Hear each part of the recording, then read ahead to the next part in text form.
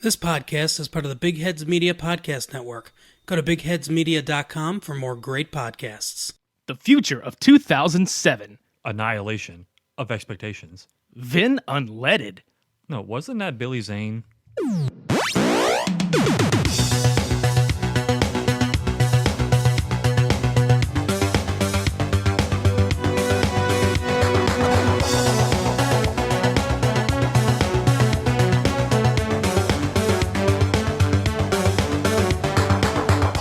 Have you seen this boy? Despite all my rage, I'm Johnny Cage. Bimmy and Jimmy's Excellent Adventure. Concoct genitals. Prince. A boo-boo. A song of fire and ice. Wait, no.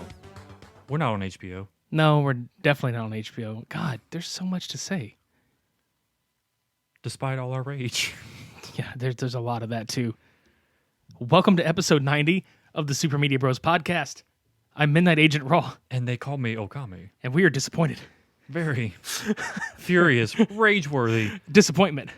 All over. Saddened. Like double saddened. Double saddened, yeah. And we're not talking about saddened sheets. We're talking about saddened. Yeah. Oh, Like, remember? We'll need a therapy for Stay this. tuned. I worship satin. Yeah.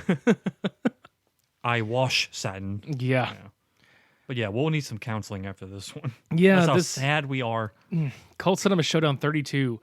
And fuck. I mean, I remember when we did Street Fighter versus Mortal Kombat back in like December. I want to say it was one of the last ones of 2018. It's almost a year. Like, Fuck. I mean, it's getting close to a year. Yeah, we talked about, because we put a poll up for to vote on what movies went head to head, and Double Dragon kind of got ousted. And I was like, no, fuck, we're gonna do that one day. And we decided to put it with Mortal Kombat Annihilation. And frankly, that probably was the only piece of shit it could go up against. But we'll get to that movie in a little bit. Unfortunately. Yeah, unfortunately, there's that. But yeah. we will discuss the double D that we're not happy to see. I mean, okay, so Double Dragon, 1994. Okay, let's just go ahead and jump into it. But I think people need to be like prepped. So let's bring some memories back for you fuckers right now.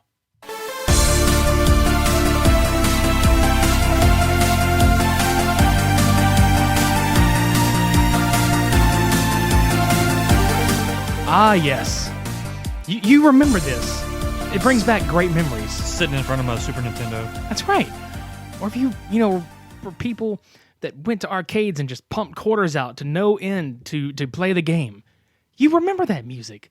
All the street fights that, you endured. Yeah. With all the thugs from pretty much any kind of culture you can think of. Even all the way to Double Dragon 3 whenever they fucked up Billy's name and put Bimmy. Bimmy Eats World. Bimmy and Jimmy. Yeah, Bimmy Eat World. Yeah, dude. Like, oh, god damn it. Double Dragon, man. Okay, this movie, just I don't know what to say other than it's there by name and characters. And you don't get any tie-in to, like, anything. Like, really, like, okay. My perception of tie-in is like, okay, visually, what am I seeing here besides the names and the characters? No, I saw one thing towards the very tail end of the movie, and that was pretty much it. Yep. Double Dragon is supposed to be a side-scroll beat-em-up, and the plot of the game is for Billy and Jimmy to save their girlfriend, Marion. And that doesn't happen here. No. Instead, we get a really weird opening somewhere in China. I swear, dude. You always expect at this point when you have a title thing that says somewhere in that there has to be cocaine involved. And I think by all accounts we were correct, because not only did we say, where's the cocaine, but hey, it's ninjas burning everything down in sight. Like every fucking film we watch that has that shit involved. I swear on everything, Miami Connection is going to always be that pedestal that we put these movies up to anytime they're like somewhere ... Because you can't not do it. No, not anymore. So we ask, in China, where's the China White? nowhere to be found. Nowhere. They're not looking for any coke. These fuckers are burning an entire village down in pursuit of the Double Dragon Pendant, which it gets explained throughout the movie.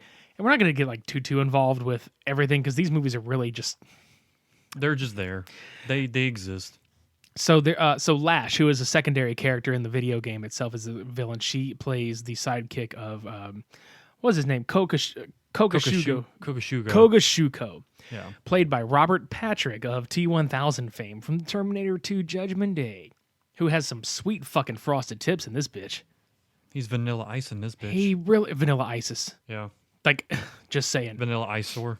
Yeah. So Lash goes into this this cave, finds one half of the Double Dragon, and breaks out this really weird computer briefcase thing. Hold on. Let's explain how she found it. Okay. Yeah. There's this random monk that's escaping from all the chaos that's going on from that group destroying the village. He runs to the cave, leading her to the fucking cave. Oh, yeah. Mind you. And he hides in this crevice where it's plain sight. No shit. And she sees him up in that little crevice, and he looks to the right, or to the left, one of the two. I think it's the left now I'm thinking about it. Anyway, he looks to the left and is like, oh, there it is. You know, they didn't do a very good job of anything hidden in there because there's candles everywhere to light the way. No matter what crevice you're looking in, she could find him, she could find the pendant, and she could probably find a fucking, like, a needle in there. She could probably find a drive-thru to some random restaurant in there if you're careful. Dude, I would laugh my fucking ass off. She's just like, bust like a thing down and they're building like a fucking McDonald's or something in there. Well, I was about to say, you found the golden pendant, the half of it, now you found the golden arches. So, win-win. There you go. That'd be funny if there's like one arch, two arch, and you put them together. And it's like the power of Ronald McDonald. Double Dragon. No, bitch. Double Donald. McDouble Dragon. Double Donald. Yeah. Or double Ronald, I mean. Yeah. Oh, clowning over there. You just see like a clown with a yellow, like, fighting karate suit. The pendant is a chicken nugget. It's a chicken McNugget. It's a cheeseburger. On a chain. It's a cheeseburger on a chain. It's a chain restaurant. So. There you go. So anyway, so she gets this double cheeseburger. Double cheeseburger, large fries. So she gets this fucking pendant and she gets on her like super high-tech fancy ass. Doo-doo-doo. I got it. Okay. Yeah, baby, she's got it. Let's fast forward to the opening of the city that is it's post-apocalyptic, everybody. It's New Angeles after the big quake in 2007. We have lived through 2007. Boy, we predicted that very well. Yeah. In 1994? Yeah. 94. Oh boy. It's kind of like what year did they predict in, it was 2012, wasn't it? In Back to the Future? 2015. 2015, okay. Yeah, you saw how well that turned out. Oh yeah. I mean, it could have been 2012 or 2015. Either way. I don't know. My years are fucked up because these movies fucked me. Anyway, so Kogashuko is this dumb fuck, and he's after the Double Dragons because he wants to rule over one major city, and he's got very small aspirations. People, he wants one major city to rule over. Man, his dreams are just so big, so Yeah. vast. His expectations are annihilated. And he's pissed off at only having the soul half of it, which he puts his hands together and he starts rubbing and rubbing and rubbing. The amulet, not, Yeah. So, yeah. By the fucking way, we kept a running tally because this fucker cracks his knuckles so goddamn much throughout the whole thing. No shit. Like, as soon as I heard, I don't even have to pay attention to the film. As soon as I heard, that's number 2, or that's number 4. Yeah, right here, he's sitting there and he's just like, I want this pendant. 1. Cracking his knuckles, and you're just like, what? So they cut to Satori and Billy and Jimmy in a tournament. You know, kind of trying to be like whatever the... remember the Mortal Kombat game where it was side fighting? Mm-hmm. Kind of like Street Fighter? Yeah. That's what it reminded me of, but not really. No. So the story, to make a long story short, Satori has the other half of this amulet, and she has been put in charge to protect it because Billy and Jimmy's father once had this thing. And now it's her responsibility to keep them safe and to keep that thing's safe. She's their adopted mother. And the story they're trying to tell here is that Billy and Jimmy cannot get along to save their fucking lives when it comes to martial arts or fighting. Like other people, they don't have teamwork skills. No. Like whatsoever. The city has a curfew as part of a deal with the gang where the police officers don't run the streets from 6 p.m. to 6 a.m. Kind of like Five Nights at Freddy's. Yeah. But, you know. And the gangs are... I don't know, dude. They're very stereotypical. Yeah, like, I mean, mohawks, leather jackets, like pretty much the dumbest shit you could think of. Oh, it's 2007. We're gonna try to put like extras from the Road Warrior into this movie, but we're gonna PG it up. I mean, a lot of the vehicles in this movie were just like that too, like Road Warriors. Yeah. So, speaking of that, Billy and Jimmy get disqualified from the tournament because Billy keeps fucking around, and they leave in this car, and it's powered by, like, trash. Like, you throw trash in this little fucking receptacle, and it powers the jet blaster on the back of the vehicle. Mm-hmm. And so they get stopped because they're out past the curfew, and they get down on the side of the road because Billy's like, hey, we gotta help this chick, and it's a dude with a wig, and they try to mug the car. Right. And Billy's like, nah, fuck this, we're gonna get out of here. So they haul ass, and then they got this big motherfucker named Bobo, who is like a big hulking, tatted up, mohawked dude, and like a little dude with him that looks like the fuck child of fucking Eisenberg, Jesse Eisenberg. Mm-hmm. Swear to God, he looks like fuck child of Jesse Eisenberg and the guy that plays this actor. Like, I don't even know who the fuck it is, but It's like stunt double. Here you go, slap. it's a cunt double. Yeah. Then he would, stunted double. but that car chase was so ridiculous, dude. Whenever he's like, he throws the newspaper out the window and blinds a boo-boo. Yeah. Yeah, I'm calling him a boo-boo because he's a boo-boo, not a bobo. A boo-boo. But he ends up turning the visor on to where it's like a video game screen on the center console, basically. And he has a little joystick that he controls the vehicle with while he's navigating with the very enhanced graphics, video game-esque style, racing sequence on his fucking screen. Of 2007. Yeah. Because it's obviously the future of 2007 if we're still getting 1994 graphics. Pretty much.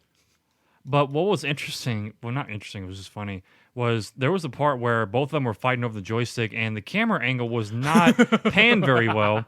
So you see the little one trying to grab the joystick, and he's just like, yeah, and like, no. His double jagging. double drag racing. Double sagging. Yeah, dude. It's bad. But yeah, they end up wrecking the van truck machine or something like that because they sideswiped or, they made them like wreck or something into another car or something, I think it was. Yeah, they go into an alley. Yeah. Like, Billy and Jimmy go down an alley, and the truck isn't big enough to fit between the truck and a wall. Like, a boo-boo, his truck, smashes it, and they get out, and they're about to get confronted, and Jimmy throws out this pretty funny line where he's like, what do you say? He was like, hey, broomhead, I'm going to mop the floor with your skull or some shit.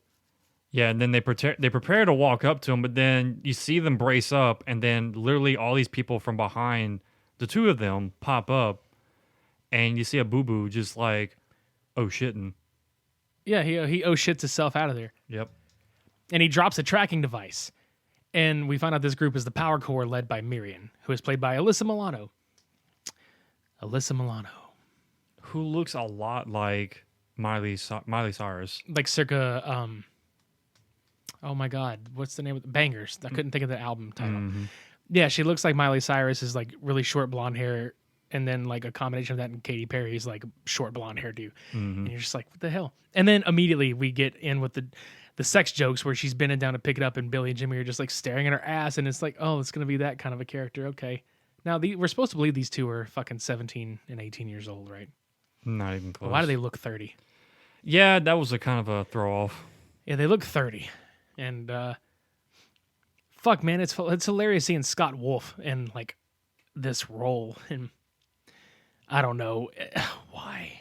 Any fucking way. So they leave because Marianne's trying to get them to join Power Corps, and they're just like, nah. Anyway, they just get the fuck out of there because it's stupid. They live in this old theater called the DeVille, which obviously the DeVille Theater from New Angeles. Satori basically tells them about the medallion and how she broke it in half to protect them. One equals the mind and one equals the soul. Enter Kogashuko. He is pissed off at Abobo because he let them get away and he didn't get the pendant. So what does he do? He brings them down to this bottom level of the building that he operates in. And it's like some molecular genetic like test facility where they enhance, quote. Yeah, and I thought it was funny before they did that because, I mean, obviously because of our sign-off thing, whenever they click the lights on and Kogashuko's like, no, not until I have my shades on. And I was like, he knows what's up. Yep. But that kind of comes into play later on. Yeah. But yeah, they go down to the basement. Yeah, and then there's literally just like lines of bodies all over this basement. And there's a chair just sitting in the middle of this little facility. So he's telling Abubo just, we'll enhance you. We'll get you even stronger and better than before. And he's like, no, you're trying to kill me. And they just kind of have this little spat about it. But the way that sequence ended, I'm so confused because the chair like starts on with nobody in it, and Abubu just screams out of nowhere. He's just and then fucking Kogashuko looks at him like, I think it's time to say goodbye to Prince Abubu. That's the first time I heard that. you're welcome. Prince Abubu. Prince Abubu. But yeah, he goes full blown Jafar and just like, we're gonna pancake your ass. Because that's what it looks like at first. It looks like a pressing machine. Like a meat presser. I mean, come on, yeah. I mean, that's about right. He's like a meat presser, a meat man presser. Anyway, it's molecular steroids. He's gonna jack him up with all this fucking shit. And then anyway, so Miriam's father, who is apparently the chief of the NAPD, and he's seeing the Power Core news and blah, blah, blah. And Marion has a wig on because obviously he doesn't know it's her and all this other shit. Anyway, that's plot that doesn't fucking matter until later. No. It doesn't really matter in the first place. Billy and Jimmy are training, but they're arguing, again, over working together. The whole like grab the hand and swing and kick and blah, blah, blah. Teamwork. Kogashuko just shows the fuck up out of nowhere with his whole gang because of the tracking device that I guess they trace him with. And also his devastating knuckle crack. That's it. Yeah, he shows the fuck up. Cracks his knuckles because he's just like, I'm here. All 10 of them are here. Right? What do the 5 fingers say to the face? What? Slap. Real hard. Yeah. Anyway, so a big fight ensues in the theater, and it's not really memorable. There's like a lot of Home Alone style gags with like gumballs slipping on the floor and all kind of dumb shit. There was one of the thugs got his ponytail stuck in a suitcase. That was pretty funny. Yeah. Which was funny because that same goon still had the suitcase in hand. Oh, and they start pouring the gasoline? Yeah. Yeah. But besides that, this is where we get introduced to my intro sequence of punk cock genitalia. Yeah. Because here comes Abubu. I mean, literally jacked up on so much steroids. I mean, he's almost like Fat Bastard with punk rock. He looks like walking testicular cancer, dude. It's fucking bad. It made my crotch just like cringe, like so bad because like you just see muscles out of this dude. Like he's got like 50 fucking necks, man. How do you function in general? How do you wipe your ass? I remember you brought that up. Like, how does this dude wipe? Much less walk. How does he swing? How does he move his arms to the point where he can even grab his ass? I don't know. But does he scoot his ass across the carpet like a dog? Probably so. I just think it's funny because Billy and Jimmy like look up and they do the whole like like they do the whole Home Alone thing where they grab their face and but not literally, but you know. And he gets knocked into this like netting pit by a punching bag because Satori throws it at him. And anyway, long story short, the gang gets their ass kicked. So Kogashuko decides, hey, I'm gonna jump inside Satori's body and try to trick the brothers into giving up the pin, but they realize it's her, and they lock her in this cage thing. And how do they lock her in there? It looks like the electrical system that they cage off in the building. They pretty much put her in there, and they want her to get out, but they realize that the theater's getting doused in gasoline. So Koga just comes out. The gate is still locked, and they're just like, okay, try and get out. You have to make a decision. Oh, he cracks his knuckles first, though. Oh, that's right. Yeah, he cracks before he leaves first. her body. But and then he cracks them again after he leaves her body. Yeah. So that's 4. He ends up being on top of this raptor, like behind the guys, and he's like, you make the decision now. And he drops a lighter on the ground. Yeah, and the fucked up part is Jimmy and Billy kind of helped this explosion that eventually happen because when they're throwing bricks at a boo-boo, one of the bricks hits the gas line and knocks it open. Mm-hmm. So they finally get her out, and instead of all 3 of them leaving and barricading the exit door, she shoves them out of the door and stays inside to confront Kogashuka, where he cracks his knuckles on her face off screen. Yeah. And the whole building just explodes. And ladies and gentlemen, this is how you do an explosion in a movie. An actual set that's exploding, and you have stunt wiring pulling your stunt guys over a car and into debris, obviously safely offset, but yeah, it looks good on camera. It's believable. Yeah, we'll get to that later in the other movie. But that happens, and she dies, and now they're sad boys that need to do the revenge thing. Now this is double saddened. Yeah, exactly. On their part, not ours. Yeah. But yeah, they literally go through this like mourning phase where it's like, in the morning, what do we do? And I think it was oh no, what are we gonna do? Was it Billy that was trying to do the tie off, or was it Jimmy? I can't remember the names because it's the same fucking person almost, except for the humor. I don't remember. Anyway, one of the guys, he has the blue guy. We'll just call him. Oh, Blue Billy. Guy. Yeah. Billy, yeah. He has a box of Satori's stuff, and he starts to tie it off with a fish string, and Jimmy's just like, no, stop mourning. We got to get revenge. And Billy's like, have you no soul? Yeah, Jimmy was being a prick right there, dude. So I don't blame Billy for being a shit right back to his brother because... Yeah, because normally it's like he's the fuck up quote in this duo, and now he's actually being legitimate, trying to figure out, okay, how can we mourn our master, our only parent, basically? And Jimmy's just like, no, fuck that shit. Fuck that. You piece of fucking shit. Yeah, fuck him. Don't be that guy. Don't be a double dick. Yeah. You're a real drag, man. Yeah. So they go walking off, and meanwhile, on the set of AC/DC's Thunderstruck music video set, I swear on everything, it looked just a big fucking tower of like the different scaffolding levels. towers. Yeah. Kogashuko walks into this gang leader and assumes control of the gang because his shadow gets onto the wall and chokes the shadow of the other guy, and the other guy fucking just croaks. Speaking of croaks, we'll get into that in a second. Yeah. But yeah, he eventually gets the wildness of all of the groups here, the gangs and shit like that. And he's like, okay, you saw what I can do. I need y'all to do something for me.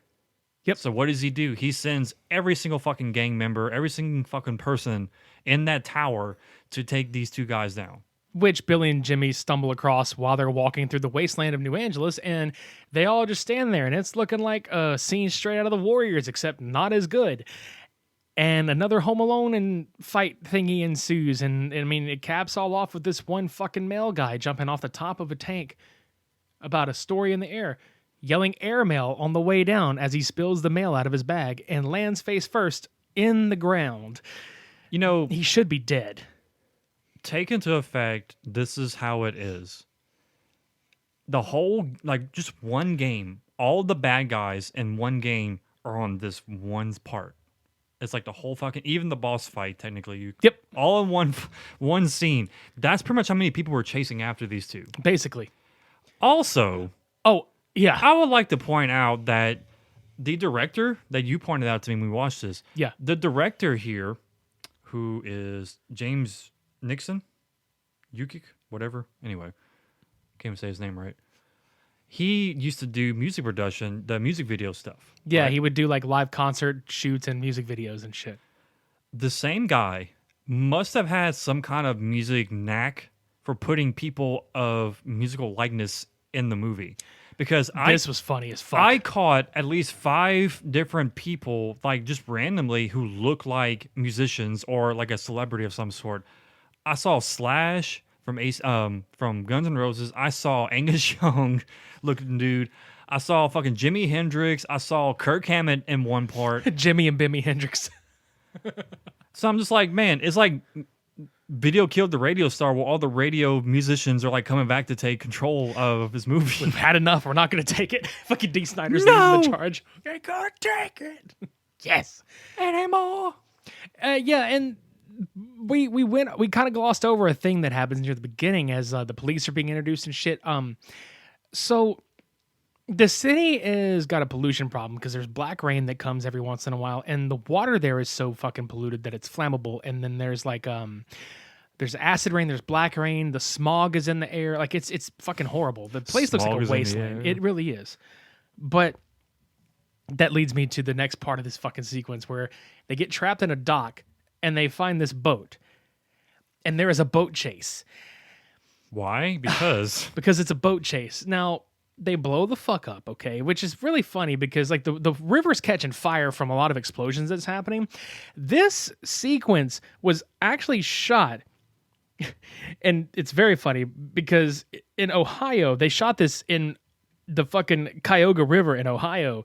This is the actual river that has caught fire legitimately in real life in the past, and it reminded me of that Cleveland tourism video. See a river that catches on fire.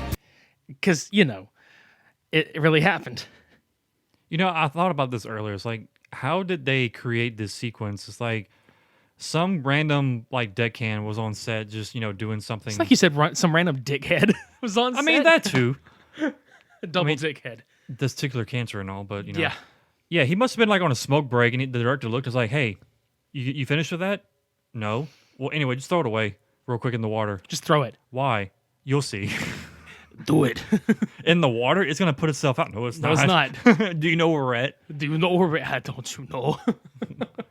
But yeah, as soon as the sequence passed by in front of them, they threw the freaking cigarette into the water. It's like, Dude, and you know the fucked up part about this is for that sequence also, they used like 400 gallons of gasoline and 200 gallons of alcohol to make the explosion. And while they were filming, the people around the area thought it was a legit explosion. So the fucking city got like a shit ton of phone calls. yeah. That's funny. But anyway, like Bimmy and Jimmy hit a fucking exit sign or something that says New Angels, and it blows them up, or so we think. I mean, rational explanation: the sparks maybe from the metal hitting each other caught fire with the water. I don't know, but yeah, it happened. They ran into a fucking sign and just Ace of Base kicks in. Oh, I saw the sign. I saw the. And it opened up their eyes. Yeah, so they blow up, and Kogashuko's henchmen think that they're dead, so they tell him, "Hey, they're dead." Like that's pretty I love much that. it. So they tell them they're dead. Hey, they're dead. Yeah, they're dead. They're dead. Billy and Jimmy go ask for help at Power Corps while the news puts pressure on the police chief to do something about it. Mm-hmm. So Kogashuko calls him to come visit. Now, cut to the Power Corps sequence. Long story short, nobody believes Billy and Jimmy about the Double Dragon. They make fun of him, but they wind up being like, we'll help you. Because what else can we do? Yeah, so the idea is to break into Kogashuko's tower and get the pendant from him, which they go into the air ducts, which is another thing where she bends down and goes in, bent over. And they fight on who goes first. Yeah, and just yeah, we'll just let you fucking sit with that for a minute because No, I'm gonna continue on because they continue their path to find Kogashuko's office, and they eventually do. And I believe it was Billy who had the idea because he had the fishing string still. Yeah, and He- Marion has a pin on her. Yeah, a Power Core pin. So he bends it to where it's like a fishing hook, and he decides to wrap it around with the fishing string and try and snake his way down to the cabinet that has the power amulet in it. What I don't get is while Kogashuka is confronting the police chief the entire time, you have Lash behind the desk, standing there looking at this fucking line coming down with a power core pin, and they're trying to fish the chain to get the amulet, and he keeps like swabbing it back up real quick as soon as Kogashuka comes around. How is it took her this long to finally do something about it? Just like yanks the string down. Yeah, you know something. No, she grabs this fucking like pole arm, like Chinese looking device. I can't remember the name of it. I don't care. And she stabs at the grates, and they fall down. There's something I forgot to say before we got to this sequence, and like I just want to make mention of it. We'll come right back to it. Power Core has actually collected a Bobo from the explosion because he was saved by falling in the pit that he was in. So Marion fucking tortures him by like funneling spinach down his fucking throat, and he's tied to this thing, and he is just farting up a storm, and it's actually kind of funny. He's got this like green goo coming out of his mouth and all this other crap, which I think that's where she found out where his shit was. But anyway, she found his shit really quickly. Literally found his shit really quick. Fat bastard. So they're back at the tower, and they've just fallen through. Yeah. So big fight sequence breaks out. Another knuckle crack. Yeah. We're on like 5 now, huh? Yep. Yeah. We're not kidding. He does this a lot. Yeah, so Marion sees her dad, and this is the first time he sees her without her wig and shit like that. She's like, so does that mean I'm grounded? And it's like, bitch, shut up. You're in big doo-doo. You about to die. You're in double doo-doo now, bitch. Yeah. So I don't even remember her dad's name, so I just keep calling him police chief because he's not important. Yeah. He has no character arc, and there's no reason to feel any kind of sympathy for him. I mean, there's one small scene that he's like, okay, yeah, you're right. Sure. You should definitely say that, but that's about it. So he fights Lash, and Marion and... So wait, he lashes out? He does. He lashes out completely. And Bimmy and Jimmy. I keep saying Bimmy and Jimmy because it's funnier than Billy and Jimmy, but Bimmy and Jimmy and Marion go to face off with Kogashuko, who just kind of steps aside, and Billy and Jimmy jump down this fucking elevator shaft, the same shaft they took a Bobo down to fuck him up, and they grab these ropes. They're bare fucking handed. Who knows? Except for Marion. Yeah, who knows how far up this fucking thing is? Where's the rope burn? First of all, how do you not? You can't grip that at that velocity either, no, dude. You I mean, you literally like your body tells you to stop, and it'll just unhinge. Yeah, and you'll just fall to your death. Yeah. Which that's another thing too. Even at a slower velocity going down that elevator shaft, they would have like broken legs or something. Yep. But whatever. So Lash and Chief are fighting, and Kogashuko's like, fuck this, and he shadow dives down the stairs, and they're in that same facility with all the fucking dead bodies. Oh, another knuckle crack. Crunch, crunch. That's 6. Mm-hmm.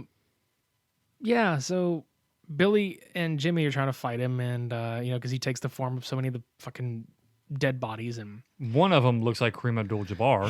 Kareem Abdul-Jabbar. Yeah. Would have been funnier. I mean, he's literally basically the same, the build and everything. Just the face was a little fucked up, but...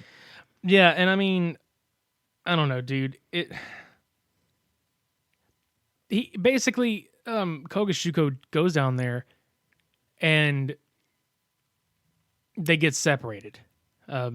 Billy and Marion get separated by getting trapped in one of the air ducts, and Kogashuko kidnaps Jimmy and kind of shit talks him about his dad and all this other shit, which doesn't really fucking matter because there's no like revelation. He's basically saying the shit they already fucking knew, except for I knew your dad.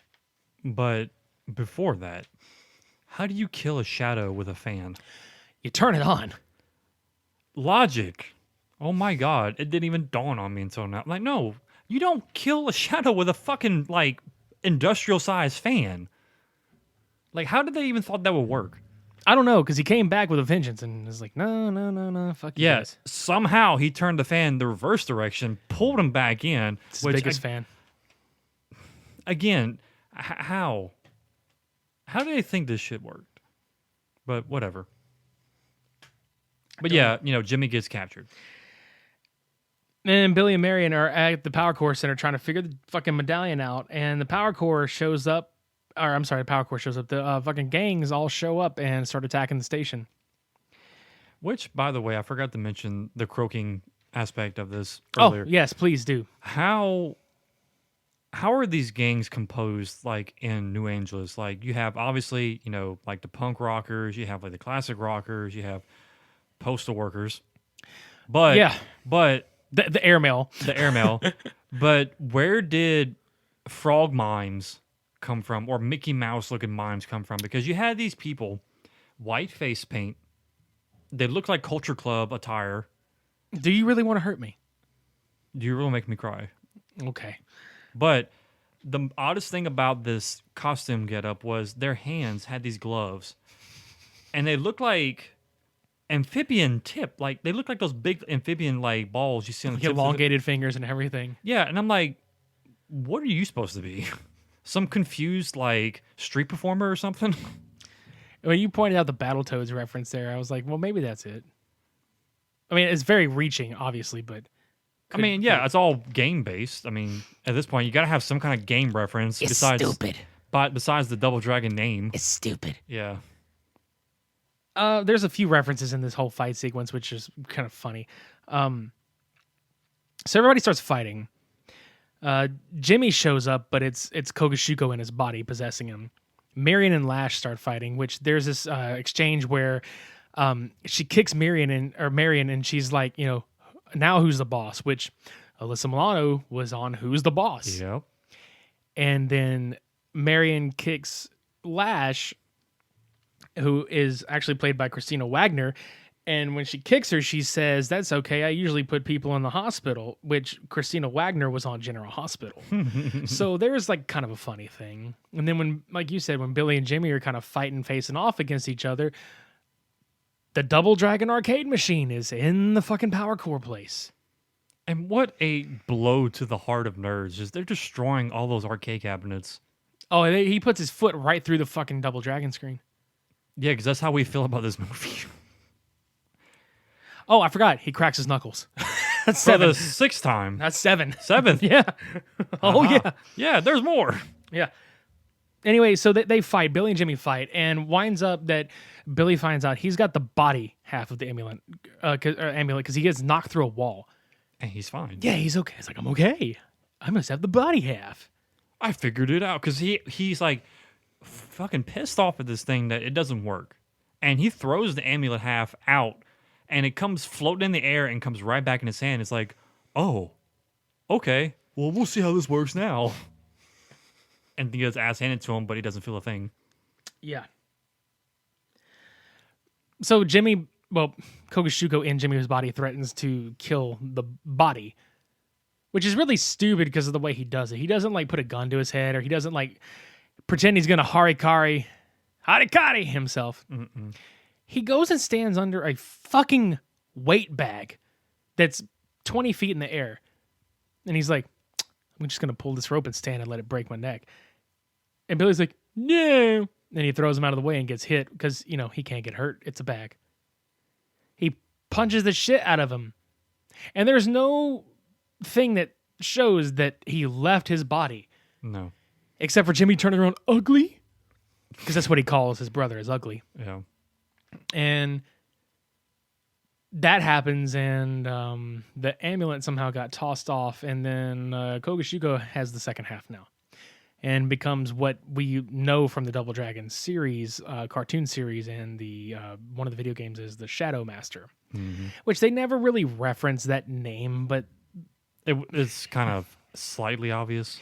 Yeah, because he splits into two Shadow Warriors and tries to fight them, and oh, wait a minute. Fucking Abobo sees his reflection in a bathroom. This was actually like, this is gonna sound so fucking stupid, but whenever I was a kid and I watched this movie, that made me cry as a child, like seeing him saddened at his own reflection, because he actually cries and he's upset because he's never seen himself after the fucking operation, and then he gets pissed and he's like, "Fuck this! I'm gonna go, fight." Well, no, because he has a postcard on the window. Or the mirror. He takes it off. And it's this like bikini model on there. And he's like, well, now I can't get with anybody. Yep. So now he's like, I can't get laid. I can't even jack off anymore. I can't even reach his dick. This is true. I mean, it's probably swallowed by muscles. That's the sad part too. He's probably got this really monstrous fucking dong, and now he can't even like. I mean, he can't even move his arm to that angle. Anyway. I love that we went from like a really touching moment to talking about his dick. Like, what are we? This is a dick punch. What are we? That's how he jacks off. He literally beats off. He's so angry with himself, he just starts smacking himself. Who ugly now? Pow, pow. Down, back, forward, B. He puts on the contra code. Yeah. The contra code. Contra code. Coctra. Infinite ammo. Get the spread power up.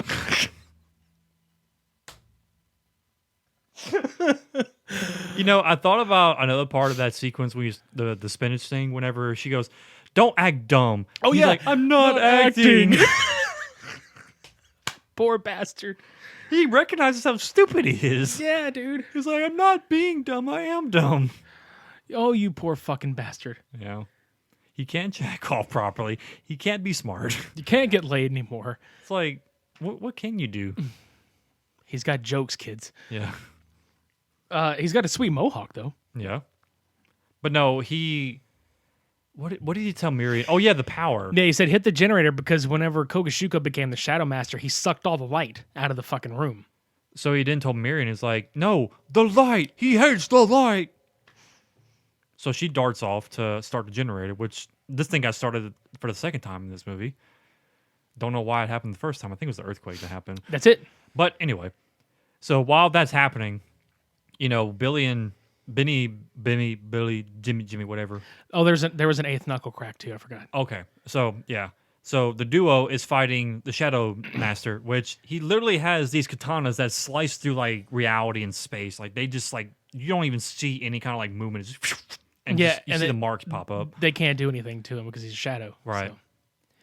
But anyway, the weird part is he gets hit with the light. And not only does it fuck him up, it makes him become one again, and the double dragon just miraculously splits off of his neck.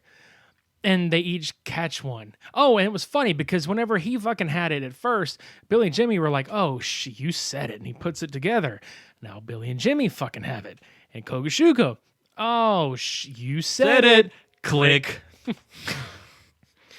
And now That's what it looks like when we get ready to drop episodes every week. We just click. And just like drops. all of our listeners like, oh shit, you said it, guys. Yeah, click. Yes. So But- now Now we have like a partial reference to the game. we have the full-blown blue and red karate outfits with the sparkles.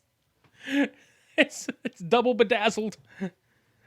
And not even a sweet fight sequence. It's just like pathetic, like slapping Koga around. Yeah, like there was no reason that they needed to turn into the double dragon to kick his ass. Like they could have beat the shit out of him with their bare hands with him not having the pendant. Yeah, because none of the gang members were on his side anymore. They all just watched, along with the power core. So they had no reason to utilize the power of the medallion at all. But they still did anyway, and they turned into the double dragon. Yeah, like if it would have been a giant sequence where they were beating everybody's ass, that would have been cool. Right. It would have made sense. But no. But it didn't. So Here's a for roll up. So at this point, they kick his ass, right? And Jimmy jumps in shadow form into Koga's body. And here comes the police chief, which we forgot something. There was a sequence way before this happened where the police chief was just so distraught at the fact that they can't reclaim the streets at night. Nobody in the police force wanted to do this. And he's like, you know, I'm ashamed, you know, we can't do this. Oh, I need to go out there. And one of the guys is like, you're only going out there because your daughter's out there, right? And he's like, no, that's not it at all. I'm going out there because they're doing our job for us. And we both looked at each other like, so he's still right. Your daughter's still out there, so therefore you're going out there because of that. I'm not going out there because she's out there. I'm going out there because she's out there doing our job. Like, your pride does not cover up the truth. Oh, my pride. But back to the end here. Yeah, he pops up, and Kogoshuka is basically Jimmy, and he is being the biggest ass to the police chief. And he's like, oh, yeah, your daughter is just smoking hot. I wouldn't mind around with her. Yeah, and by the way, the New Angeles PD is severely underfunded, so he pulls this like machine out that'll automatically print out whatever he says to write, and he's like, $129 million to the New Angeles PD. Clicks this little ticket, and he writes his signature, and it's like, here you go. I can't be bribed. Not a bribe. Arrest me. Yeah. Like, so smiley. Arrest me. So he gets arrested, and Jimmy leaves his body, and we get a really menacing threat where he's like, you think I'm bad? Wait till you meet my lawyer. And me and Cody are just like, man, do you have OJ's lawyer or something? Jesus. Yeah. So, yeah, that's a thing. And the movie ends when, which this is stupid, okay? So Jimmy has the amulet that makes him shadow that he can jump into somebody, right? Right. So he's over there with Marion, who has restored the dragon wagon for them. They're standing there. Exactly. They're standing there talking, and here comes a Bobo. And Jimmy looks at her and he says, that's just Billy. Because Billy just kind of disappears. He's like, oh, that's just Billy. And it's like, motherfucker, how's Billy supposed to jump in when he's got the fucking body amulet, not the soul amulet, you dumb fuck. That's plot hole. Yep. And so he's like, yeah, you can drive, because obviously they don't want a Bobo driving, but it's Billy. They let him drive. Yeah. Marion and Jimmy get in the back seat. Then Billy hops, because he's like, oh, I'm sure glad we ditched Billy, just kind of playing it off or whatever. And then Billy jumps out of the back seat and is like, what? And then again, Home Alone sequence, and a Bobo just violently drives, and I'm putting violently in quotes, violently drives away, and that's the end of Double Dragon. It's like the Batmobile from the old Batman. It's Just the Fatmobile now. Yeah. Just taking off. Yeah, that's Double Dragon. Damn it. Look, guys. I mean, it is what it is. There's really nothing else I can say about this movie. Mm-mm. So this is usually the part where we would run a Podcoin ad, but next week next week we're gonna do a fucking funeral for Podcoin because it is dead. Dead. Mm-hmm. We told you we did. The Podcoin. Yeah, Podcoin is dead coin. So now, we would normally tell you to go download the app, but don't do that. Don't download it. Don't do any of that shit. We'll explain more next week, but just don't do it. Just don't worry about it. It's dead, it's gone, and it can peace out. Bye-bye. And go listen to us on a different platform. Yeah, because you should be listening to us on a different platform anyway, because... yeah. Anyway. Yeah. So instead, we're just going to say, check our friends out at the Docs That Rock podcast. Hello from Ireland. Need to catch up on your documentaries? Well, don't worry, we've got you covered. Here at Docs That Rock, we review the best documentaries on the planet. Watch out because they're not spoiler free, but hey, that might suit you. Subscribe and download the weekly dish on Docs That Rock, available at bigheadsmedia.com and all good podcast providers. All them documentaries all over the place. All the badass ones. Mm-hmm. Man, what's next, Cody? I mean, on this fucking smorgasbord of a podcast, what's fucking next for us, man? What's next? We're about to get annihilated. Ah, god damn it. By Mortal Kombat. I love that the fucking tagline for Mortal Kombat Annihilation was destroy all expectations, because if you had any expectations going into this movie, they were fucking destroyed. Yep. So let's take people back and remind them what Mortal Kombat used to be.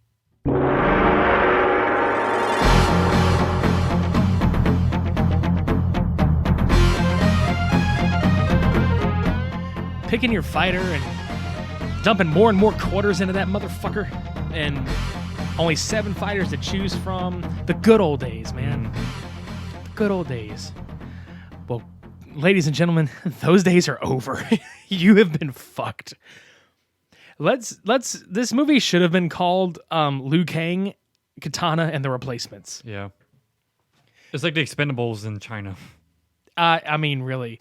This movie was basically like, how many of our characters can we shove into this movie even if they don't have anything to do.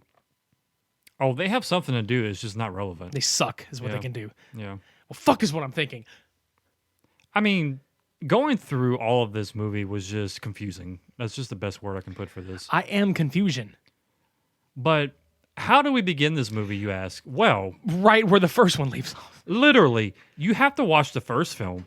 And as soon as you're done watching that, watch this one. Like, as soon as it happens. Yeah. Because you get thrown into, okay, yeah, the Mortal Kombat tournament just finished. Now, more shit happens. Yeah. I want to make a supercut where the first one doesn't have credits or any of the Shao Kahn, anything. I want them to be walking off. And then you look at how decent the CG was and how cool the effects were in that one. And really not saying much because it's 95. But then you go 2 years later and the effects are worse with a bigger budget. And you made me fucking laugh my fucking ass off, dude, because it's just a Dutch angle of the temple, of the monk temple that Liu Kang is at. And all these fuckers are dropping out of the sky and running. And you were just like, they're running from the bad CGI. Yeah.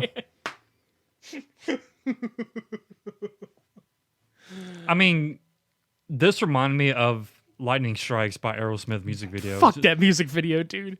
Just why lightning? I don't know. But the sky is like never-endingly purple and blue. Also, whoever designed the noise for the lightning strikes and the crackle, they must have put a rat to a microphone and just like pissed it off. Because they're Squeezing Squeak, squeak, squeak. like high pitched squeaking. But yeah, Shao Kahn just pops in from this portal. And Shao Kahn pops in with such force that he literally changes the actors from every role except for Liu Kang and Katana. Because Raiden is like not even discount Raiden. He's like bottom of the barrel. Like, I need somebody now. Sees guy on street. Hey, you look like you could be good for this part. Pulls him in. It's almost like as soon as the first one got done filming, they're like, no, where are you going? We're not done. Oh, no, I signed a contract for the first one. So bye. Oh, No. I need someone right now. I know, we need you to come back. I don't think so. I don't do sequels. Except for Highlander. Where there can be only one. Yeah, but you sign on for Mortal Kombat. There can be only one. Yeah.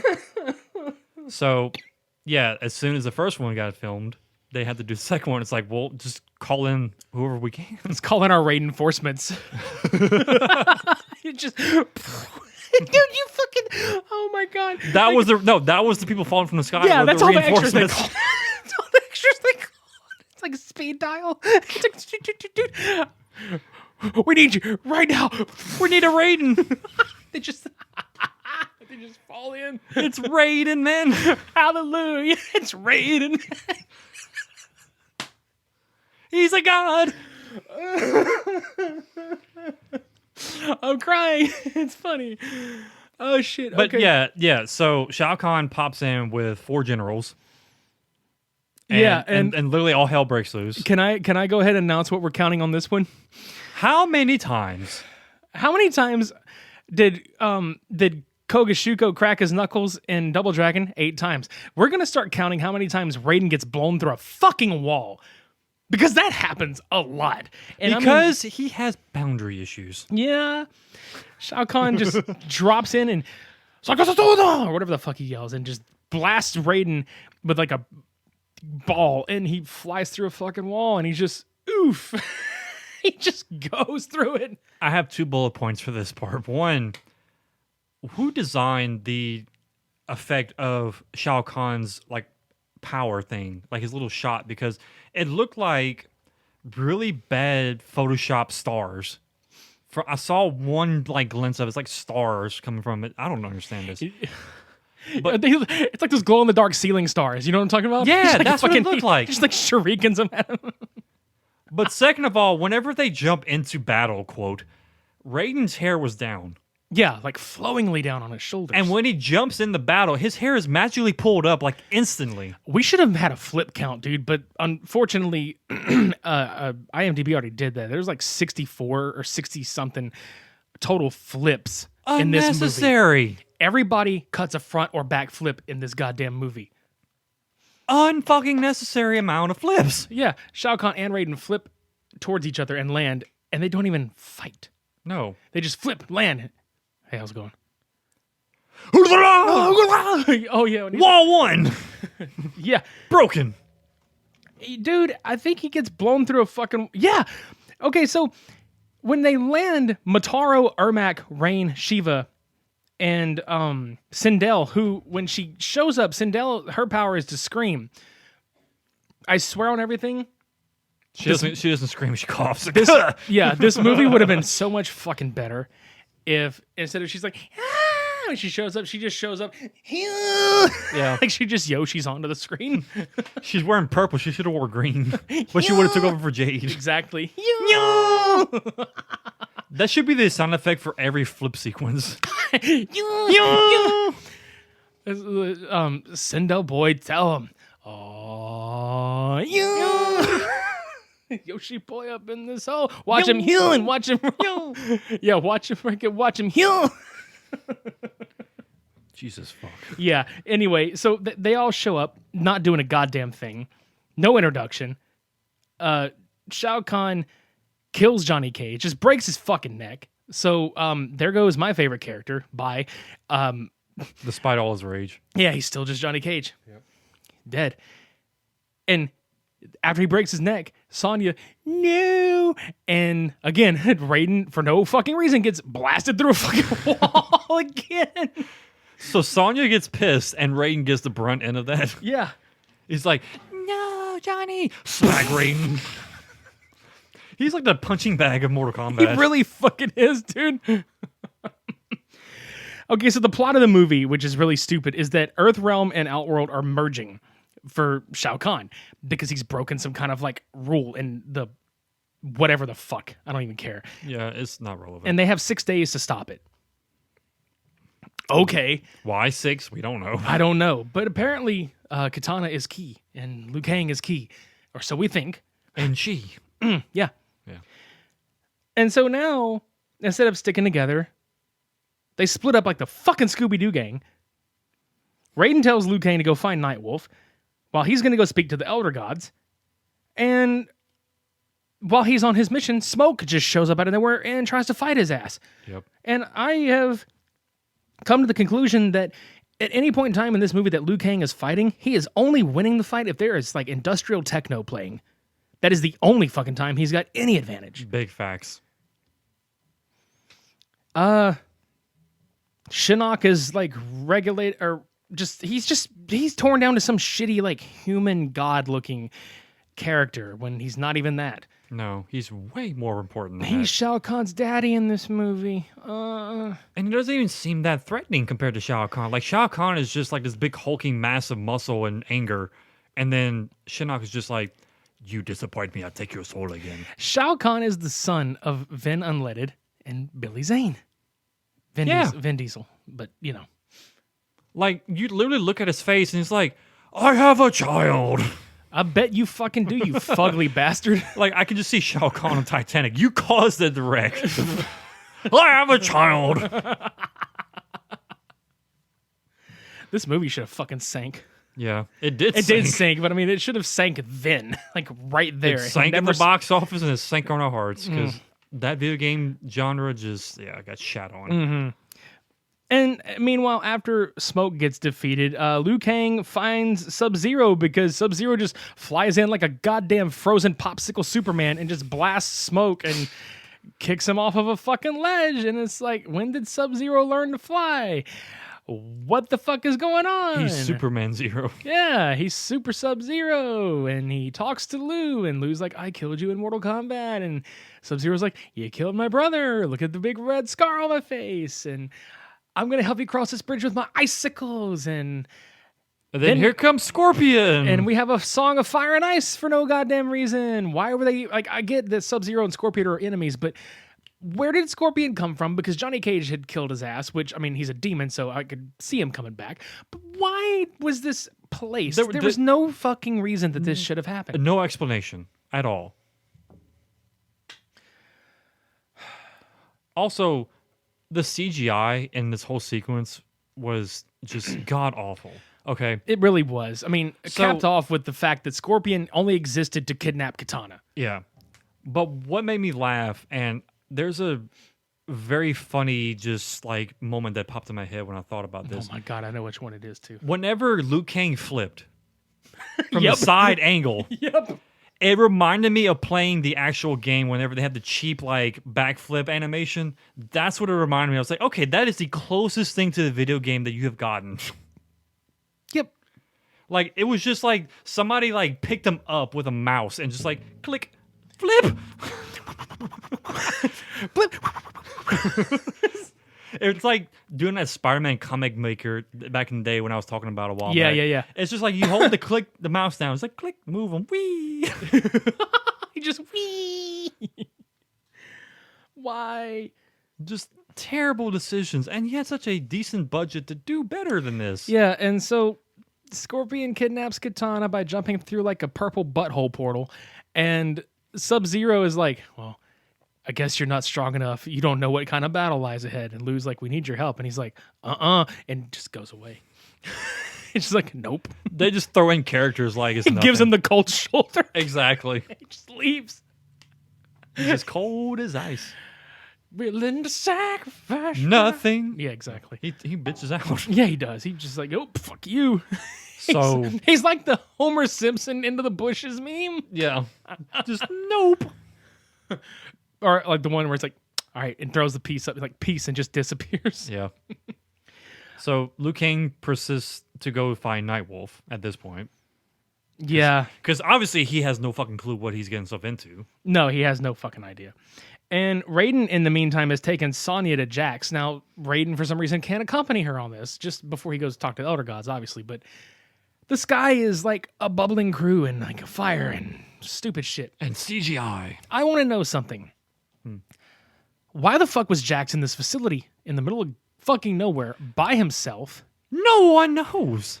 No explanation as to why he's there. That is the constant concept of this film. There is no explanation.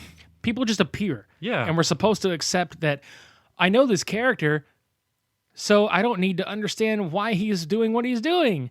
Because in the fucking Mortal Kombat game, his arms are gone and he has cybernetic replacements. No, these are just sleeves that he fits his arms into that enhance his strength by like 4 times or whatever. 4 times normal strength. So Sonya shows up. He's on the operating table with fucking wires and UV. I mean, not UV.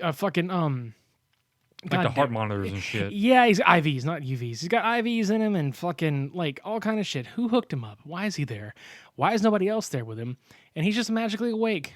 And she's like, what the fuck have you done? And he's like, where the fuck have you been? Blah, blah, blah. And he gets up and here comes Why the fuck are we even here? Here comes Cyrax, and Cyrax just decides to break a bunch of the glass that's around him. And oh my God, the way they fall over when the glass breaks is very, very, very laughable. It looks like it should have been in like a cheesy like pop music video. If I sound uninterested, it's because I am. Sorry. Not sorry. But let's not forget how Cyrax looks like a mixture of Robo, Scorpion, and a Power Ranger. I mean, granted, he is a yellow robot in the game, but man, they basically just kind of slap chopped his ass together. Yeah, they must have all went shopping at like a Halloween store, like right when the first movie ended. Dude, I'm telling you, because the fucking Scorpion, Sub-Zero, Rain, Ermac costume, Reptile, they all had the same fucking pattern, different colors. Yep. That is it. That's it. It's the Walmart Ninja costume. Yeah, for like $5. Yeah. Clearance. Sub-Zero would get his fucking $5 Sub-Zero, $5 footlong Sub-Zero Subway. Have it your way, goddammit. Or eat Would you like it fresh. toasted? No. No. I want a fucking meat sickle sandwich. I want a cold cut. Yeah. Cold cut combo. combo breaker. Yes. Fuck yeah. Anyway, so they're fighting, and these two fucking ninja weirdos show up, and they beat their ass. And here's the fucking explosion that we talked about being like where Double Dragon's explosion was good. Cyrax's his fatality triggers where it's a self-destruct mechanism like the Predator. Yeah. So they run away from this facility. They just all it shows is them running to the door, and then all of a sudden they are diving forward in front of an obvious green screen, and there's just a plain explosion. No building, nothing, just an explosion of fire that covers the whole screen, and they fall on their face. Explosion of fire and ice. What the fuck? Yeah. I don't know anymore. So Rain shows up to what looks like the set of The Apprentice where Shao Kahn is hosting, because you got Ermac, Rain, Shiva, Motaro, and I think Sindel somewhere around there. But they're just like standing in a little circle, and it's like this rock formation with like some pits around them, and Shao Kahn's just like, did you take care of the Earthrealm fighters? And we get reference to Stryker and Cabal. And he says that they are two of Earth's greatest fighters, and because he praised them, Shao Kahn hits him with a fucking hammer into a fire pit, and he did not say you're fired. And I'm very mad about that. But dude, the way they shot it, how it's like a Dutch angle, and you just see, ah! You were pointing out how it looked like what was Austin Powers? Yeah, when Dr. Evil flips him into the fire. It's like, you do not anger Mr. Bigglesworth. Click. No. So there goes one character they don't have to worry about anymore. Yeah. And I'm convinced that Shiva and Motaro just exist to argue like a fucking married couple. Because they don't do shit. Like, you would think they would just go out back somewhere and just fuck each other. And get it over with. Get the stress out, you know? She's got enough hands to jerk his fucking horse dick off with. Yeah. It's like 4 fucking hands and... No, just hold one leg apiece and just, yeah. Horse fucker. Horse fucker. Oh. But yeah, this scene is stupid. Like, but yeah, no, they bicker about who's going to lead now and... Who's the boss? Yeah. And Shao Kahn's like, no, Sindel. I choose her because she's not a fuck up like you guys. Right. But So how are you denying the fact that you're not a fuck up, Shao Kahn? Because technically you are. Shao cunt. Yeah. Let's see what our buddy Liu Kang's up to. This motherfucker is walking around in the fucking desert. No water. No food. I mean, it's this... I hate this movie so much. I hate this character. I fucking hate this scene. There's nothing happening. And then all of a sudden there's like an area, a camp area, and a wolf. And then you pointed out the whole fucking cow skull. So, this man, Liu Kang, takes on demons, Mortal Kombat fighters, just ninjas, whatever the fuck you can think of, right? He gets scared of a fucking cow skull on the fucking ground. Like, not just like sheer terror by chance, but he gets this startled so much that he trips backwards and falls on the ground. I'm like, dude, really? Liu Kang is such a fucking twat waffle in this movie, dude. He's just so fucking pussified. He must have got tired from the first film. He's just tired in general, dude. Yeah. He don't want shit to do with it. I don't know, man. Oh god, like how do you go from being like Earthrealm's mightiest fucking warrior to Earthrealm's mightiest pussy? This is why we're co-hosts, ladies and gentlemen. We sync. We know.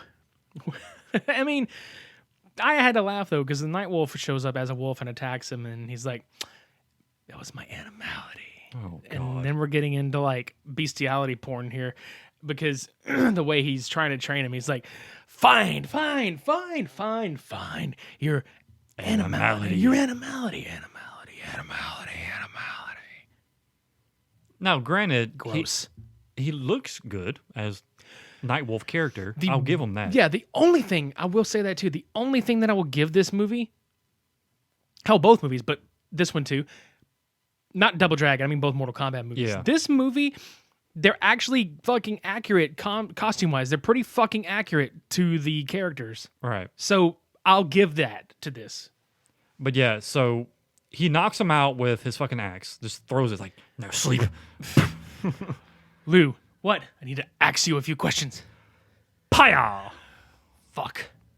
Yeah, he goes through this dream sequence and he's like freaking out. You see his face turn into like a scaly, bad, CGI episode. And then he wakes up in the snow. And all of a sudden, there's this like half naked chick just sitting there in front of him, just being a cock tease. It's like, touch me. My name's Jade. But touch me. And my name's Jade. And then Liu Kang's like, no, I'm in love with another. My heart belongs to another. And then she fucking just goes off on him and turns into Jade. And they fight. And it was for nothing. She was just testing him. That's a very loose way of putting it. Because she kicks his ass, like hands it to him. Yep. Somehow he counters one thing about her attack. Pins her to the ground. And she's like, you passed the test. I'm like, really? That's all it took was to fucking pin your ass? Yeah. What was the concept here? Don't know. But she agrees to help him along the way to find Katana. Katana is in a cage. With all her rage. Yeah, exactly. Shao Kahn brings her a thing of wine, and he's like, please accept this offer as a truce. I don't want to harm you, blah, blah, blah. Because basically, she's still the princess of Outworld, so he's, loyal to her and all this other shit, but she spits it in his face, and what is this movie? What even is this fucking movie at this point? Why are we doing this? There's also a noticeable part of this where I felt like I was watching an 80 power ballad music video, because the way they shot Katana in the cage, all you saw was like a shadow over her part of her face, and the other part was lit up, and it was just like that same angle through the whole entire clip. And I just felt like I was just like waiting to hear like, is this love that I'm feeling? Oh God. Like that director really wanted that angle. Like just nothing else was better. Nothing else mattered. Well, the next sequence is Jax and Sonya in a giant fucking quarry desert wasteland area, and Jax is the only one making any kind of sense dialogue-wise, because he's sitting there like, who the fuck is Johnny? What am I doing here? Why am I out here? Where the fuck have you been? All this other shit. And it's I just wasn't paid enough for this. Yeah, exactly. Like I think he was starting to get his frustrations out as an actor, but in the actual movie. It's like, I'm gonna apply this to my character. Because I'm like, what the fuck am I doing here? Jax on, Jax off. Yeah. Ugh. So Melina shows up when they split apart, and I think by all accounts that Sonya Blade should have died, because when she gets kicked and she spins from this kick off this fucking cliffside, she lands back first on a giant fucking boulder. But again, destroy all expectations, because in Double Dragon we thought the same thing about the elevator scene. Yeah, it should have at least got rope burn or some broken bones or something. But no, Sonya should have died. But yeah, we have angry Raphael in female form, pretty much. Yeah, so she wins, and it's a big mud pit. It's just a giant excuse to stick women in a fucking mud pit, and woo. Yeah, whatever. And this giant fucked up CGI creature dragon thing shows up, and Jax is punching it, and it looks like a really fucked... Like this looks like an Asylum movie, dude. Dude, it reminded me of watching Reboot. Like, that's how... And I'm not saying Reboot graphic-wise is bad. It's just the same concept, but in the wrong place. Like, that's how distinctly different the graphics were about this creature. And I didn't even know it was a dragon. I thought it was just some, like, really pissed off, I don't know demon. what it is. I was just like, making something up for it, because they didn't bother to fucking explain what it was. Yeah. And, Jax is just beating his leg. Ooh, ooh, ooh, ooh. Like, that's what he sounded like, too. Ooh, ooh, ooh. Like, you hear this robot, like, gear motions with his arms. Pew, pew, pew, pew. And the dragon, that creature just, ow, ow, ow, bitch. Yeah. So they get done, and Sonya's like, I gotta find a she's like, I have to find a stream, okay, basically to get clean. Now, not even 2 minutes later, she's completely cleaned off and dry, like as if this fight just never fucking happened. It was not part of the plot, so it got taken out. So fuck that shit. Raiden consults the Elder Gods, aka a really shitty CG water blob and a really shitty CG fire monster thing. And the smoke. So he basically trades in his mortality and his powers to be able to fight alongside the humans, because as a god, he cannot. But he also mentions that the Outer Realm, he does not have power. Yep. So regardless if he sacrificed or not, he wouldn't be able to use his powers. Yep, exactly. So that whole sequence is just no point. Yep. Sonya and Jax see they're walking, and then Jade and Liu Kang show up, and here comes Shao Kahn and his whole fucking army with Sindel. Then Raiden flips in out of nowhere, like literally from the middle of the screen, not even from far away. He just appears and he's flipping into frame. Yep.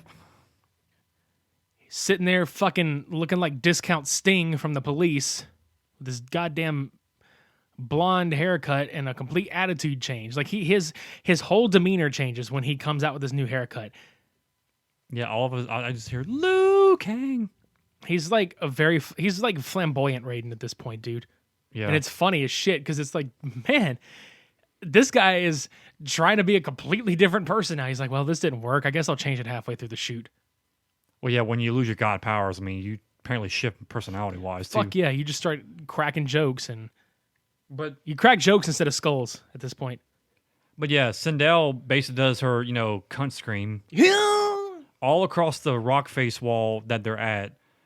And I'm just confused so much about this whole sequence for two reasons. One, Raiden is literally just trying to open a portal, and he has no distinct difference in any situation. Like, he's the same person personality-wise in every sequence. When he does the whole hands to the side, trying to do his powers, my powers are leaving me.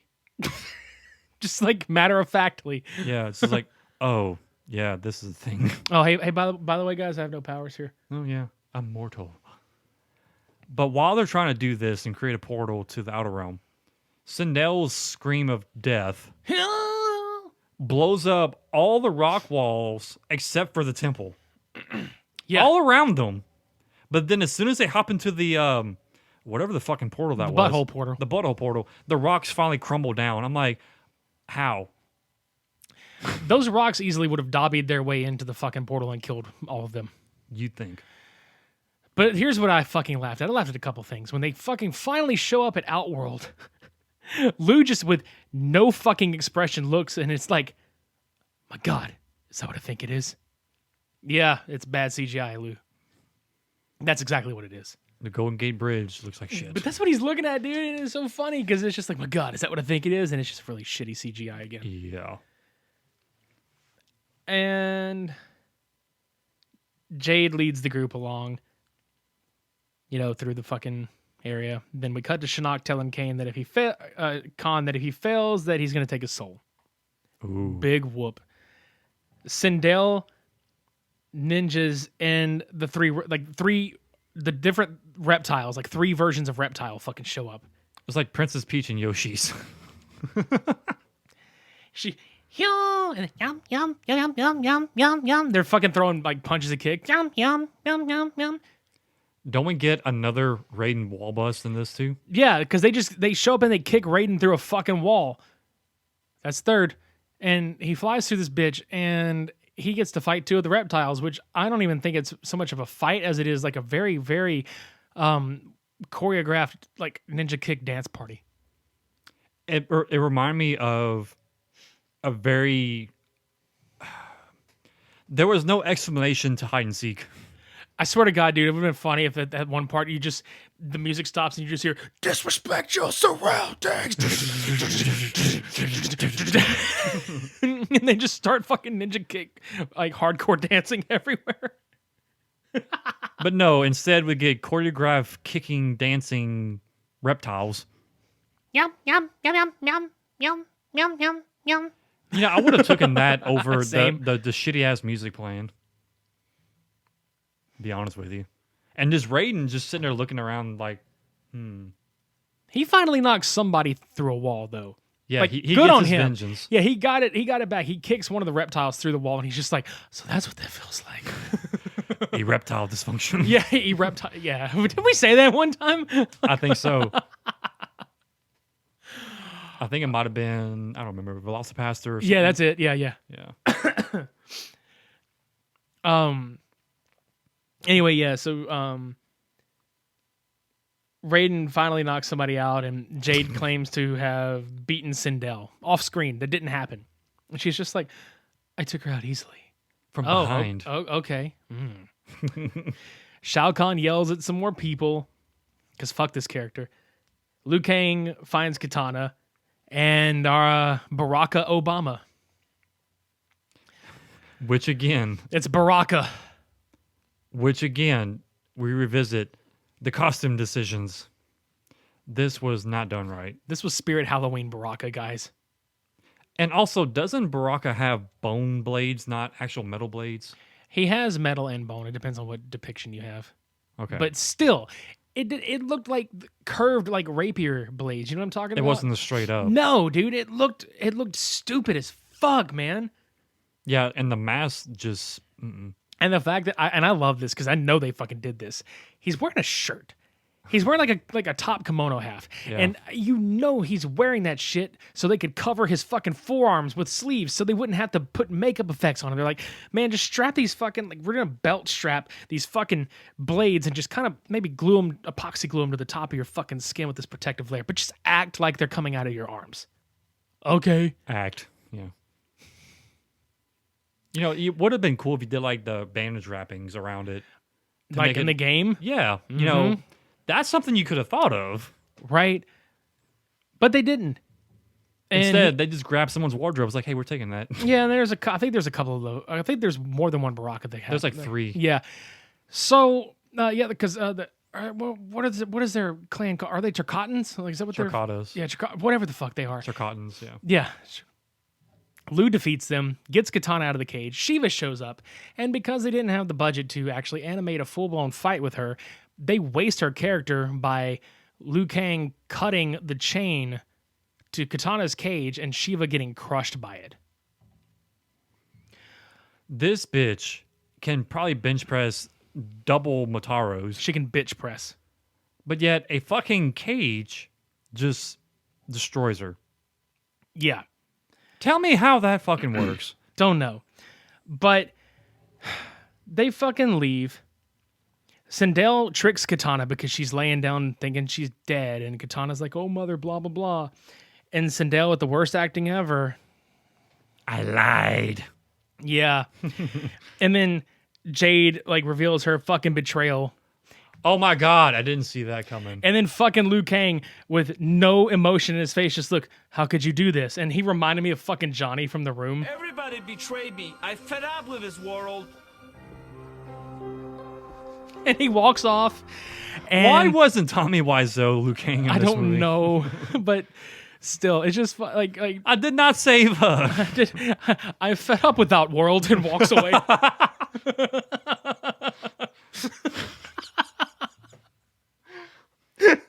Oh, Katana, these are for you. He gives her fucking new fans.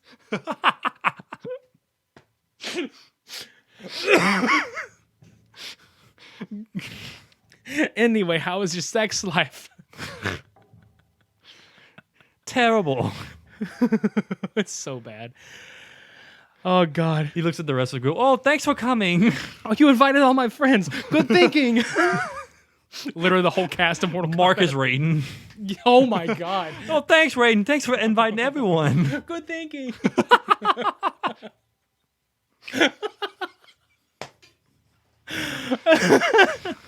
He goes, plays a Barack. It's actually the little kid. What's his Oh, Baraka is Denny. Denny, yeah. Play catch. Oh, hi, Yeah, Denny. Baraka. Oh, hi, Denny. Oh, hi, Baraka.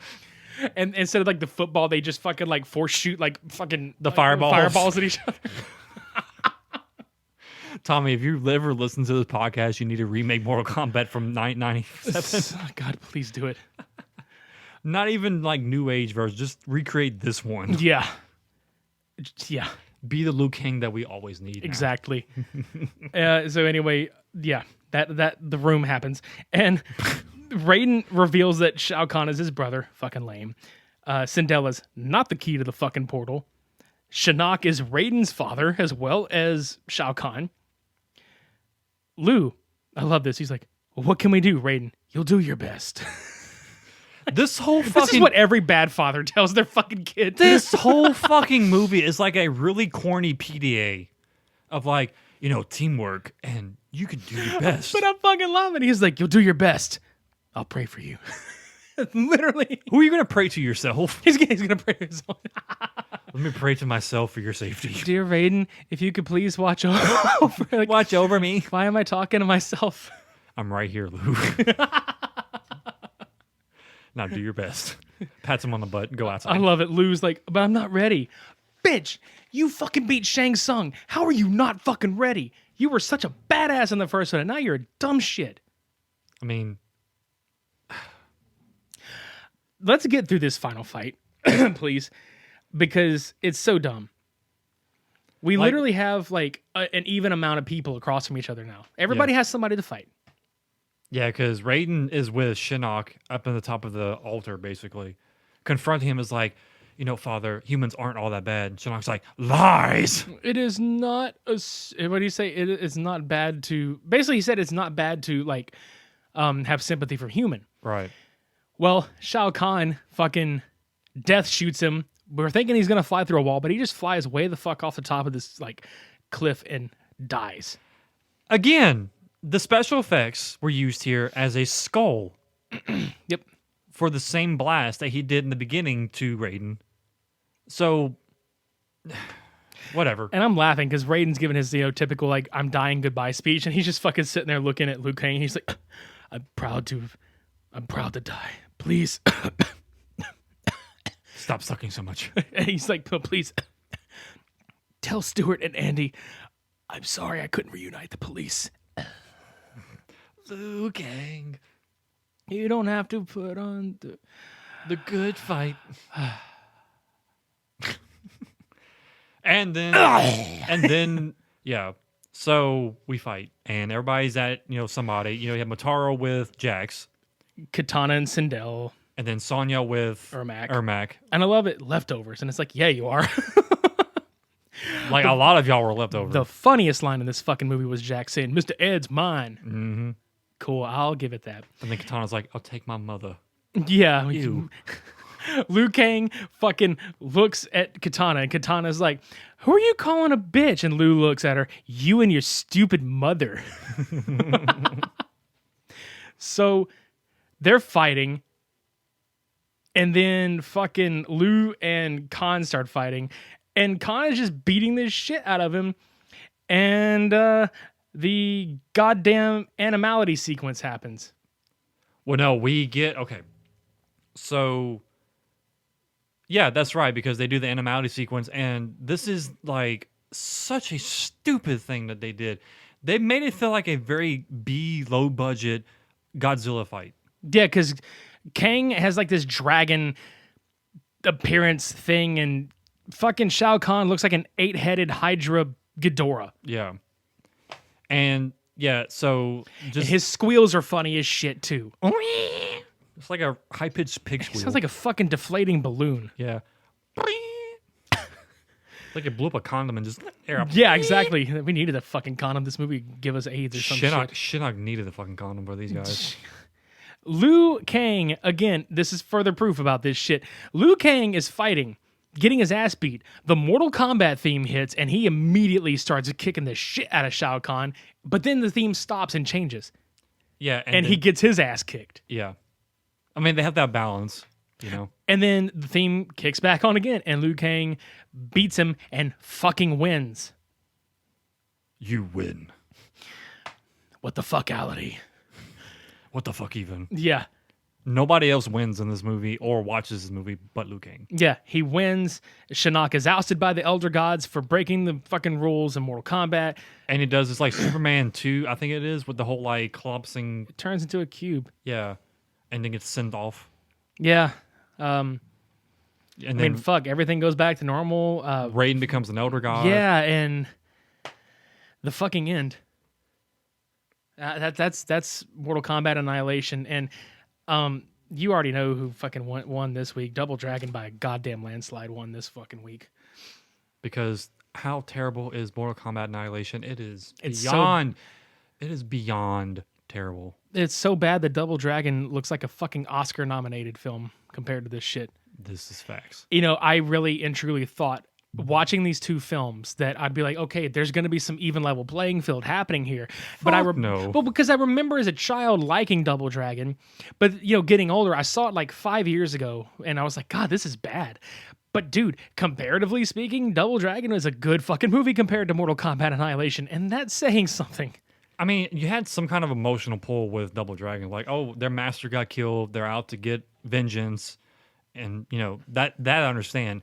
Literally, Mortal Kombat Annihilation was just like as soon as you got out of the tournament, there you go. Here's some more shit to fight. Mortal Kombat Annihilation was shitload of mashed potatoes day from fucking Tourette's guy. What is this? Shitload of mashed potatoes day? I mean, swear to God, is what it is. But yeah, Mortal Kombat Annihilation is fucking annihilated and just it can go fuck itself. It's just one big giant turd in the ground. Yep. Yeah, that's it for me, dude. I'm done. Next week, let's talk about Podcoin. Let's talk about the funeral we're gonna have for Podcoin. That's happening next week. You just got to play Borderlands. You're still playing Borderlands 3. We'll talk a little bit about that. Mm-hmm. I want to talk about the El Camino, a Breaking Bad movie that's going to be coming out on Netflix, and also the Are You Afraid of the Dark Nickelodeon revival, and just whatever the fuck else we feel A like talking about. smorgasbord. Yeah, and then after that, it's October, dude. It's time for the Spooky Media Bros to take over. The Horror-thon. Lots of cool episodes.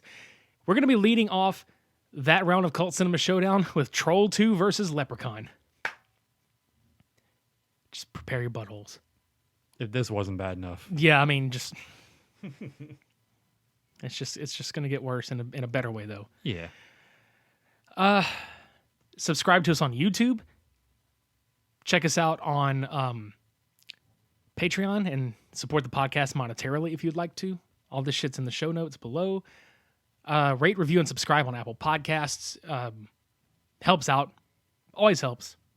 Even if we suck, you can tell us. We have markdowns on our merchandise and our merch store. That's also in the show notes below. Throw some money our way at coffee. That's in the show notes below. Trying to think of what else that we need to plug. Our medias. That's right. The things we do The things we fucking on do. Twitter.